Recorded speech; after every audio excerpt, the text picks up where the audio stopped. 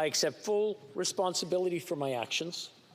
My resignation is effective at the end of the sitting day tomorrow, Wednesday, September 27th, to allow preparations for the election of a new Speaker. Until that time, the Deputy Speakers will chair the House proceedings. Thank you. Merci.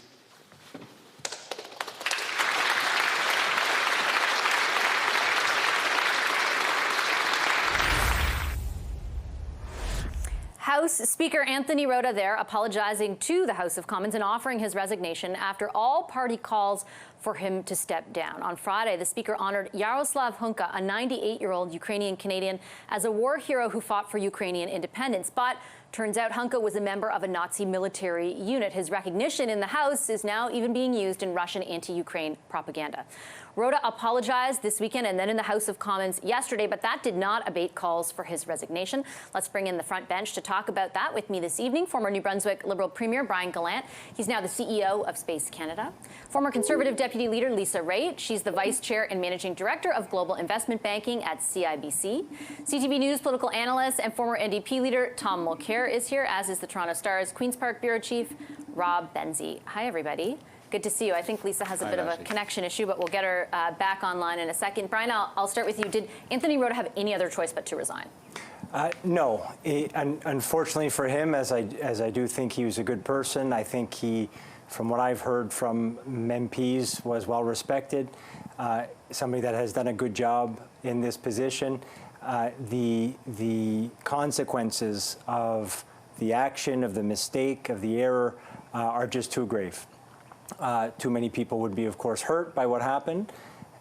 The MPs would all be embarrassed as individuals, having applauded this individual. The institution of Parliament is embarrassed, and Canadians, frankly, are most likely feeling embarrassment as well. Certainly, I think most are. I believe that he did take some time, as I know many speak about, that why would he have taken this long? I mean, we have to put ourselves in the position of somebody that feels like he's doing a good job, feels like he has supportive MPs. All of a sudden, he makes a mistake. He, I'm sure, was overwhelmed. He apologized, and I think his apology was very clear, concise. He took full responsibility for it, made it clear that it was nobody else's fault but his own.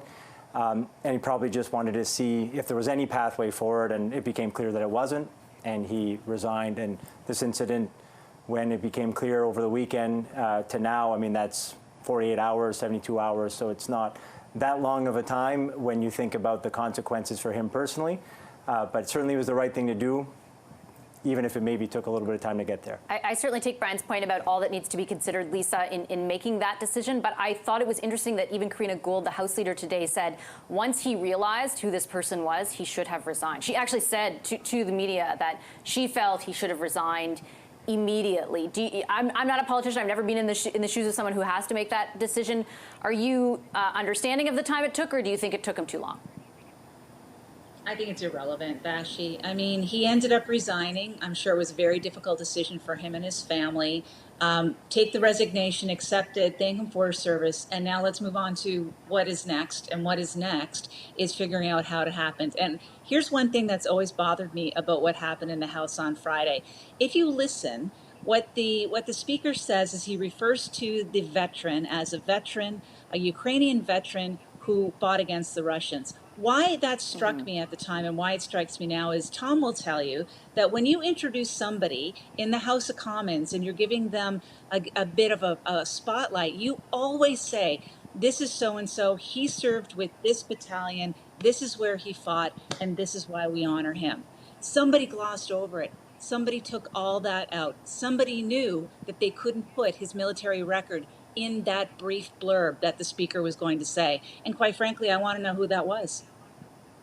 It's interesting, Tom, because there's a real divide right now. I interviewed Steve McKinnon, Andrew Scheer, and Peter Julian live just a few moments ago. There's a divide between the opposition and the government on what should happen now. Both opposition parties want a probe. They want either a committee or some formal mechanism to look into exactly what did happen. And Mr. McKinnon seemed to indicate, like, it's time to move on. There has been a consequence to what happened in the resignation of Mr. Rota. And he doesn't think it'll happen again because no speaker would make that same mistake twice. What do you think of that divide? Well, I've been following this closely, and I've listened to Mr. Scheer trying to muddy the waters. Look, the Conservatives, like any good opposition party, and I've been in opposition more often than I've been in power, but most opposition parties will try to do the same thing, tie this to the government. You don't want to leave it with somebody who was mortally wounded and who eventually pulled away from it. But if you look at the rules of Parliament, I was elected 4 times to the House of Commons, you know that anybody standing up to make a speech, Vassy, who would dare point to the galleries and say, I'm going to introduce someone, or I'm going to say that my local club of this and that is up there in the stands, they would be called out immediately, because this is the exclusive prerogative and purview of the Speaker. I take a slightly different view from my friend Lisa Raitt with regard to those words.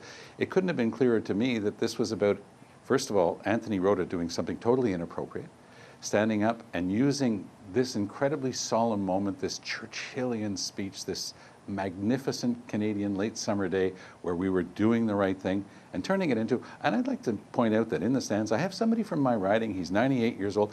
You could tell that he was the one who put it together. Anybody who knew anything about history would have never said, and who fought the Russians, because anybody who knows anything about history knows that the Russians were the key component of the Soviet Union, who were Canada's allies throughout the Second World War. So yes, it really smacked of something, and this is what he said since Sunday. And you know, I'm a lawyer, when you look at a witness's testimony, is it consistent? Ever since this broke, Rota has been absolutely steadfast and convincing, saying, this is on me, and nobody else wears this. So I understand the game, the politics of it, trying to any way you can tie this to Trudeau. But people who know me know that I don't hesitate to call it like I see it when it's time to criticize the Trudeau Liberals. But I have to say that based on all of my experience in Parliament, the Liberals have zero to do with this. Trudeau has zero to do with this. The Liberals, other than the fact that Anthony Rota, before he became Speaker, was a partisan Liberal. But the actual party itself, the governing party, has nothing to do with this. Move on. I don't think that anybody should be shy about trying to find out what happened. I think it'll just help clear the air, because I'm convinced the way Rota handled this is that he was super honest. And I also think that if he had resigned right away, it would have made things a lot easier for everyone. But he should be recognized as an excellent speaker. He held the House together through 2 minority parliaments. That's no mean feat. He was respected on all sides, very fair-minded, not afraid of anyone, didn't seek favor from anyone, that type of really excellent speaker. It's a shame for him and for his loved ones that it ends so badly, but I'm sure he'll be able to shake it off, because he's a really good person and a strong person. Well, you could see, Rob, that nobody seemed to take delight in, A, anything that unfolded, but B, in the fact that they were calling for Anthony Rota to resign. And I watched it all unfold over the past 2 days, and you could see every single party that was true of, I think it's fair to say. As far as Tom's point on the opposition's attempt to tie this to the Prime Minister, even separate sort of how this happened and whether or not, you know, there's the debate about if he's culpable to what degree. The Speaker says it was him and him alone, fine. The impact of it alone, though, do you think the opposition has a point in asking for the Prime Minister to say something more and be more explicit about his own thoughts on the impact of it, given that he has made a couple quick comments, but they both preceded the resignation of Speaker Rota?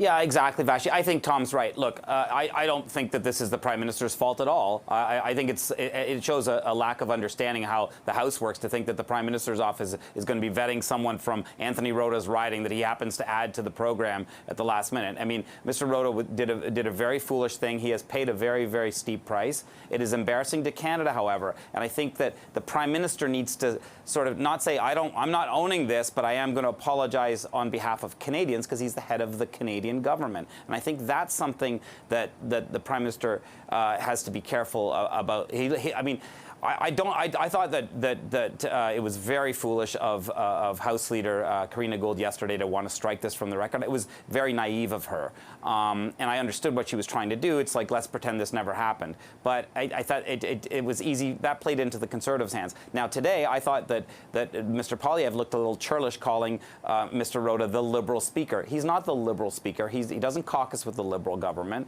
or Liberal caucus. He is the referee of the House, and I think that's something that you got to risk the institution looking bad in all of this. But for sure, Trudeau needs to say something publicly more than he's just said as little asides in the hallway to reporters. Okay, I'm going to take a quick commercial break. The front bench is sticking around. We're going to continue the conversation after that break. Stay with us.